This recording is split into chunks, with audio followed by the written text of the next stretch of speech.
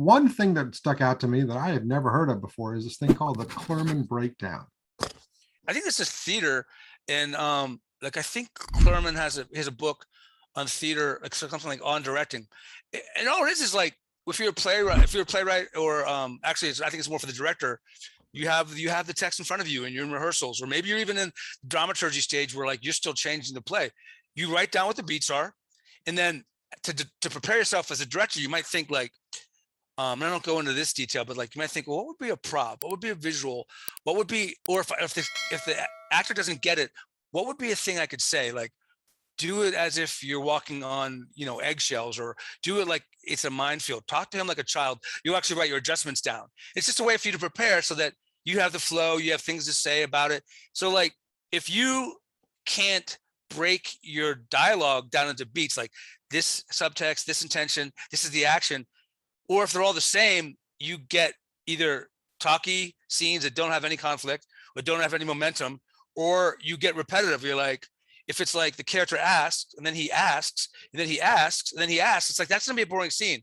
So like you might, but if you're a director for a play and you can't change the words, you're not changing the words. You'll change the approach, the adjustment. You'll say the subtext here is you ask, then you plead, then you beg, and then you threaten. It's like now those four lines have an escalation, they have beats, they have a zigzag, they have two people going at each other. But if like the actor maybe is making their first choice of like static, that's like with your script. Maybe your dialogue is kind of like, it's pretty clear these four beats, these four lines of dialogue are pretty much just slight variations. So you need to cut one out, make one stronger, and then surprise us with even a stronger one, or even a total surprise. And it's like, yeah, it's just a way to look at your script in a bird's eye view of the shape of the beats and the intention, and making sure you have intention. And if you don't have escalation, then either changing the words or changing clearly the approach to the line, or like basically you're not giving an adjustment to the actor, but you're like emphasizing that it's desperate now, or it's escalating. Yeah, there's two things that I really love about that. One is from the directing standpoint. I know when I'm directing, I'm actually writing notes for every scene. Okay. But what's different about this one is it's a beat by beat breakdown. It's almost sentence by sentence, if you will, Right. breakdown of intention.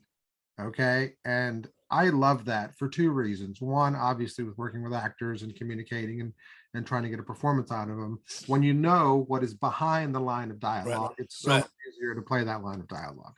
But as a screenwriter, it's such a fantastic way to do exactly what you said is, are there redundancies in my scenes? Right. Am I playing the same beat over and over again? And one way to get perspective or get that bird's eye view, as you said, is to go down there, use a Clurman breakdown, and for every sentence or two, depending on if they're the same beat, write down what that intention is. What's the subtext there? What are you trying to say? Now, there's probably like, gurus or screenwriting rules that like every single line has to develop character or advance the plot.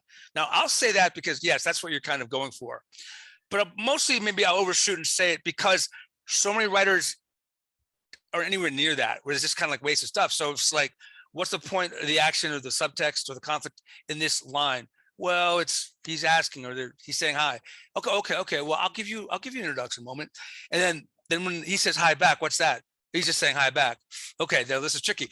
Okay, then what's the next line? Now they're jumping the conflict. Well, there's small talk because I'm like, okay, so 3 in a row. Here's a pattern. You don't have enough action, conflict, meaning. So it's like, well, first of all, what's going on? Okay, so take big picture. What's going on in the scene? What's the character want? And now you need to, whatever works for you. If you can change it line by line, awesome. Or take a step back and go back to the last scene and say, we know they're coming to this scene with something that they want, or a certain urgency, because the setup in scenes isn't always in the scene. Usually it's beforehand. Like if you cut to people in a meeting, you usually know what the meeting's about before you actually get there. And that's why you can start in media res. You can start kind of in the middle, because it's like, if you know guys doing interrogation or job interview, you cut to the middle of the next thing. You do not need, hey, how are you? Thank you for coming in. Oh, I've always wanted to work here. Or where were you on that September 3rd? You can cut into the middle because we already know that. So like, sometimes it's just cutting, but sometimes it's like winding up the characters and just pushing them at each other. Because when you go from hello to small talk to an actual line of intention, threatening, challenging you, bragging, dismissing you, you've actually, what you've done now you started to define your characters. So it's like chicken egg. To write the great line, you have to have better understanding of your characters. And if you have a great character and you know the perspective and you build in, like, we know what they want, you can then cut to the middle where they're actually trying to get it. So it's like, it's all chicken egg is a thing I use a lot. Like, Mhm. this helps that, which helps that.